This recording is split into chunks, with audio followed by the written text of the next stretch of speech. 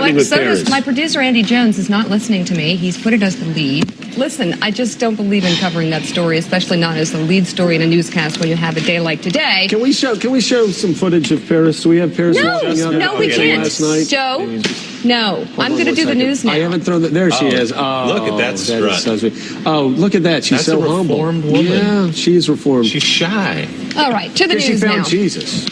Just months after Telecom 96 passed, Access Hollywood debuted and E! News debuted. These are two of the most sort of fat-shaming infotainment outlets we have today, where they follow around women who have eaten a muffin and then circle their stomachs with graphics and point to them and say, baby bump, are they pregnant? Oh, no, sorry, she just ate a bagel. After photos of the singer performing in her trademark Daisy Duke jean shorts showed off an unflattering belly bulge, Jess's reps were forced to publicly state she is not pregnant. This notion that these media companies are just giving us what the public wants. No, they're giving us what the media companies want, they're giving us what the advertisers want, and they're packaging it in such a way as to make it sound like it's our fault, and it's not. This is the first time in human history that marketers have dictated our cultural norms and values. And this is made possible by the relaxation of rules on advertising in the 1970s and 80s.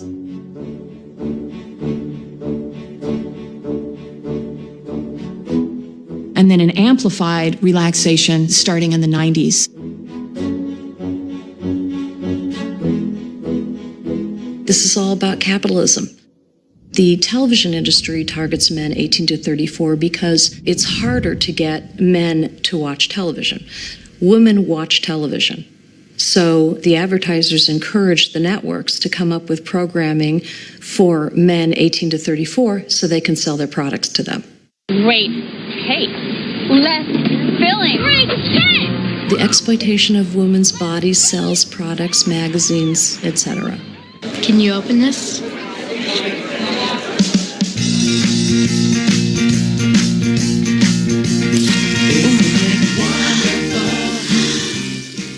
There has been some discussion that advertisers are themselves men who are 18 to 34.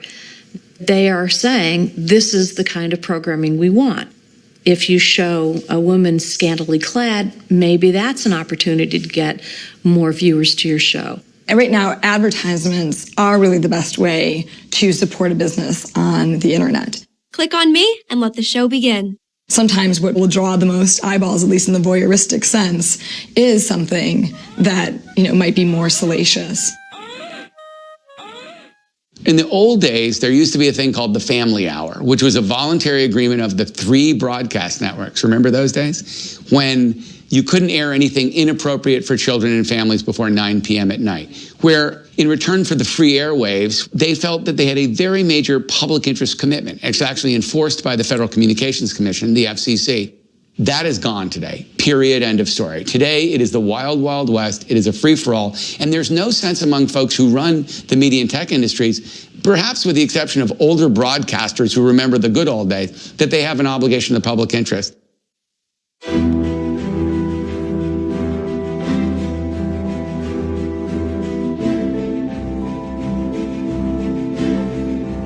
It's a myth that we live in and under and with a democratic media. We don't. When it comes to the politics of all this, in the last 25 years, our lawmakers have essentially been absent, out of the picture.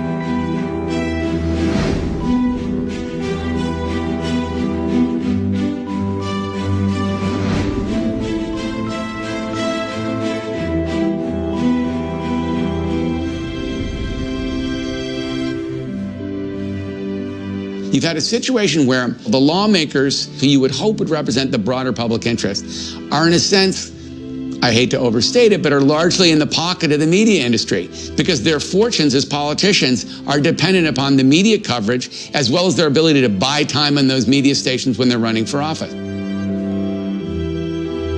Media has not been held accountable by our elected representatives, and it's not a liberal or conservative issue. It's an American issue and an American problem. Without a media system that's publicly accountable, what you have is not only widespread content bias, but what you have is a completely inaccessible public conversation. For years, the media industry hid behind the label of censorship.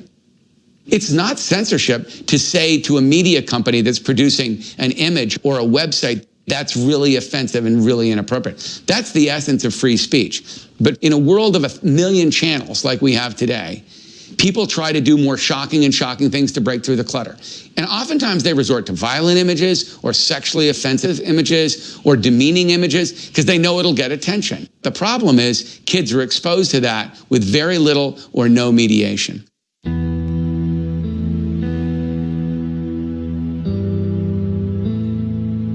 These images are part of a cultural climate in which women are seen as things, as objects.